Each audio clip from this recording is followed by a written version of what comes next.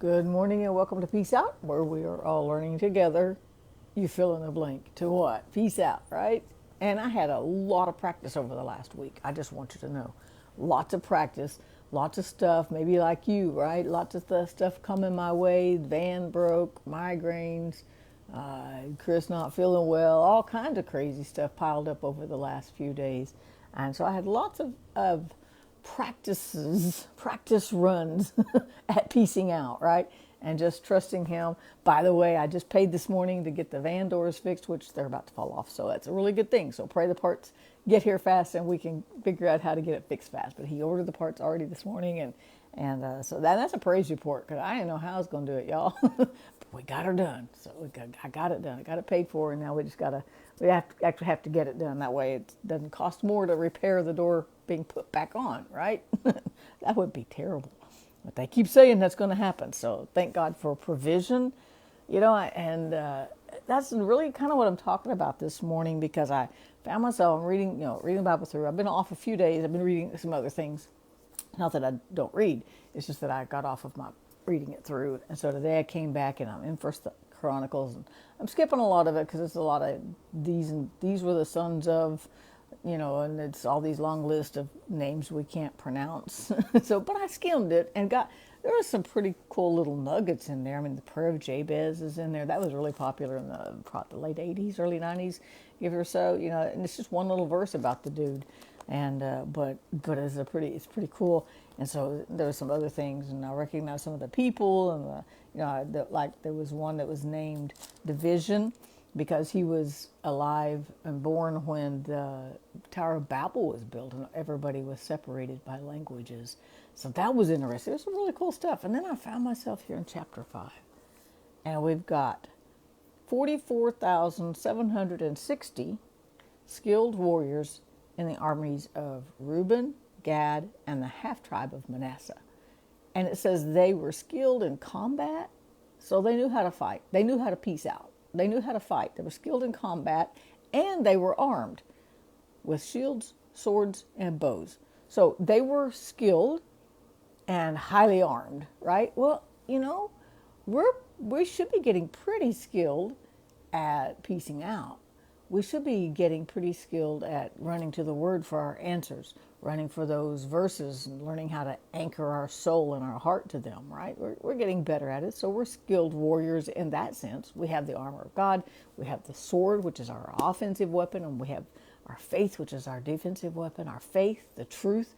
It's just up to us to apply it, right? Because not only were these guys armed, but they were skilled and armed, and we are too. But here's the thing. It says they waged war against all these ites, and I'm not even going to try to pronounce the ites. Okay, there's 4 ites, right? Hagarite, I don't know, all these ites. It says they waged war. So they picked a fight. They started it. And then it says in verse 20, 1 Chronicles 5:20, they cried out to God during the battle. They cried out for help. But here's the interesting. Now, I want to stop there for a second. Hold on. So in the middle of the battle that they started, the war they waged, that they waged, they were skilled. They had the skill they needed. They had the weapons they needed. They surveyed it, assessed the whole thing, and said, let's go take this. They ran in, started a war, and then in the middle of it, they cried out to God. Were they scared? Maybe. That's one reason to cry out to God. Maybe they got tired and said, God, we need help. This is taking longer than we thought. Were they wounded? Were they sad? We don't know. It just says that in the middle of the battle that they started. That's my parenthetical statement there. Yeah, the battle that they started, they cried out to God. Have you ever started a battle? You got midway in something and said, oh my goodness, I don't know what's going to happen. Boy, I have recently, right? But in the middle of the battle, even if we started it, when we cry out to God, guess what happens? God said, oh, you started it, you finished it. No, that's not there. It's not even in the New Living. It's not even in the most liberal translations, right? Too bad. You got in over your heads. Figure it out. No, God didn't say that. He didn't say, you picked a fight. Can you win it? Go for it. You didn't invite me to the fight. You just went in. No, he didn't say any of that. In the middle of they cried out to God during the battle or in the middle of the battle. And he answered their prayer. Because, big word right there, because they trusted in him. It doesn't say whether he condoned them going to battle or not. He didn't condemn or condone. We don't know. It doesn't say you shouldn't have started a fight. It didn't say anything. It just says that they cried out in the middle of the fight that they started. He answered them because they trusted in him. Can we take a lesson from that today? Even if we start, even if our own decisions get us into a crazy battle, whether that's emotionally, financially, even physically, relationship-wise, job-wise, whatever you fill in the blank, God didn't say, "Aw, that's too bad."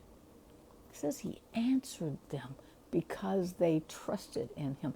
If we have our trust in God, we don't have to fear the battle. We don't have to fear the outcome of the battle. No, it says they went on and they defeated all of the ites and plundered all kinds of stuff, right? And took the land and all that. They won. They went on and won. But they called out to God. They also didn't try to do the battle on their own then. This tells me that they knew when their strength ran out. They knew when their strategic maneuvers ran out. They knew when their strategies weren't going to work anymore, and they said, "Hey, God, we need you." But here was the kicker. They trusted God was going to answer. That's the key. Whether we're in the middle of the battle, the middle of the storm, the back of a cave, on top of the mountain, it doesn't matter where we are, what we're going through, all the particulars. When we trust God, he will answer. That's why I can peace out. Because I just want to reiterate this one more time. They started the fight. They picked the battle. The battle didn't pick them. Sometimes the battle doesn't pick. Sometimes the battle picks us, right? I didn't choose for Chris to have a wreck. You didn't choose for your loved one to have dementia. Maybe you didn't choose for a child to have a disability. There's lots of times the battle chooses us, but sometimes we choose the battle. We made a bad decision with our finances, or we made a move we shouldn't have, or we made a career choice that bombed. whatever it is, whether it's our choice or something that got chosen for us, we can call out to God in the middle of the battle, because this tells us right here that even if it's my fault, he's still got me as long as I'm trusting him. Man, that gives me so much hope. That gives me so much peace. Just the truth that he's got me, even if I did something dumb. I'm not saying they did something dumb, but I am saying they started it. They picked the fight. They went armed and started the battle and said, "Come on, we're going to take y'all down." And then they got halfway through and said, "We need some help here, God." And God didn't say, "Oh, too bad, you waited too late. You should have asked 5 minutes ago." God was with them in what they started. That gives me so much hope that he's with me in whatever dumb stuff I find myself in every day, right? And the stuff that I didn't plan. They planned this. You don't go into battle without a plan. So they obviously had a plan, right? They were skilled in warfare. They knew the cost. And they went in anyway. And halfway through they went, "Oh, God, we need some help." And he didn't berate them. He didn't say, "Oops." He didn't say, "Yeah, you got yourself in a bind. You can get yourself out of it. You made that bed. You can lay in it," which is good advice sometimes. But he didn't say that. It just said he answered their prayer because they trusted in him. That gives me so much hope and encouragement today that no matter what's going on in my life, God's going to hear me. He's going to answer me. He's not going to sit back and laugh at me. Well, he probably laughs a few times because sometimes I do some dumb stuff. Right? But he's going to answer me no matter what the battle is, no matter what the struggle is, no matter what the good stuff is or the bad stuff or whatever comes this day or whatever came yesterday. I'm still dealing with whatever came last year. I'm still dealing with the residuals of the years. It doesn't matter. When I trust him, he answers. So if you're trusting him today, he's got your answer. He doesn't have He's not going to demean you. He's not going to say you're on your own. He's just simply going to answer. That's why we can trust him, and that's why we can peace out. Peace out. Have a great day. I'll see you again in the morning.